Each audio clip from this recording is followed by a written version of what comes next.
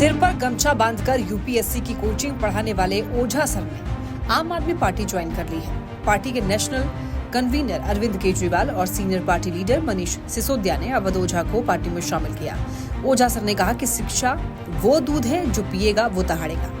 सबसे पहले मैं आम आदमी पार्टी और आम आदमी पार्टी के सर प्रमुख अरविंद केजरीवाल जी, मनीष सिसोदिया जी, सबको सहृदय से धन्यवाद देता हूं कि उन्होंने मुझे राजनीति में आकर शिक्षा के लिए काम करने का अवसर दिया है। शिक्षा एक ऐसा माध्यम है जो परिवार, समाज और राष्ट्र की आत्मा है। जितने भी देश दुनिया में महान हुए, उनकी पृष्ठभूमि में कहीं ना कहीं शिक्षा का योगदान रहा। तो मैं आज अपनी इस राजनीतिक पारी की शुरुआत पर आप सबसे ये बात साझा करना चाहता हूँ। जैसा कि हमारे नेता मनीष सिसोदिया जी ने कहा कि अगर मुझे राजनीति और शिक्षा में से कुछ चुनना हो तो मैं निश्चित तौर पर शिक्षा को चुनूंगा।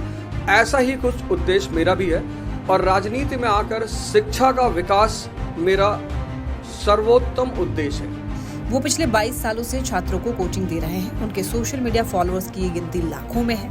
अब फरवरी 2025 में होने जा रहे दिल्ली असेंबली इलेक्शंस में ओझा सर आपके टिकट पर चुनाव लड़ सकते हैं।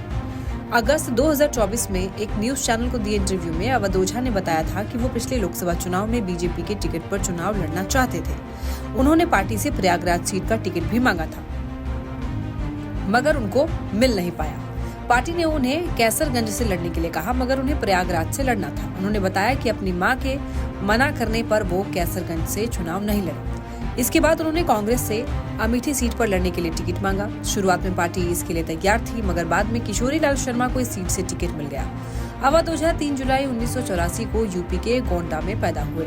उनके पिता पोस्टमास्टर थे। उनके पास 10 एकड़ जमीन थी। पिता ने अपनी पत्नी को पढ़ाई कराने के लिए 5 एकड़ जमीन बेच दी। पढ़ाई पूरी करने के बाद वो वकील बनी। दूसरी बार अपने बेटे की पढ़ाई के लिए माता प्रसाद ओझा ने बाकी 5 एकड़ जमीन भी बेच दी। अवध यूपीएससी की तैयारी में जुट गए। एक इंटरव्यू में उन्होंने कहा था कि मैं जहां से आता हूं वहां या तो आपको आईएएस ऑफिसर बनना होगा या फिर अपराधी। उन्होंने प्रीलिम्स क्लियर किया, मगर मेंस में फेल हो गए। इसके बाद उन्होंने जेब खर्च निकालने के लिए इलाहाबाद में एक कोचिंग में इतिहास पढ़ाना शुरू कर दिया। इस दौरान उन्होंने BA in history, MA in Hindi literature, LLB, MPhil और पीएचडी इन हिंदी लिटरेचर की डिग्रियां हासिल की। शुरुआत में अवध ओझा को पढ़ाने का तरीका जो है बेहद नीरस था। एक इंटरव्यू में वो बताते हैं कि मेरे पढ़ाने के तरीके से परेशान होकर स्टूडेंट्स ने कोचिंग छोड़ना शुरू कर दिया। मैंने इसकी वजह जानी और इसके बाद बच्चों से फीडबैक लिया। इसके बाद नए तरीके से पढ़ाना शुरू किया। उनका नया अंदाज छात्रों को पसंद आने लगा। कुछ स्टूडेंट्स ने क्लासरूम में उनकी वीडियो शूट कर सोशल मीडिया पर शेयर किए, जो कि वायरल हो गए। साल 2020 में उन्होंने अपना यूट्यूब चैनल शुरू किया और इस चैनल के आज कई सब्सक्राइबर्स हैं, लगभग मिलियन में सब्सक्राइबर्स हैं। और अगर उनकी नेटवर्थ की बात करें तो 11 करोड़ रुपए उनके नेटवर्थ बताए जाते हैं।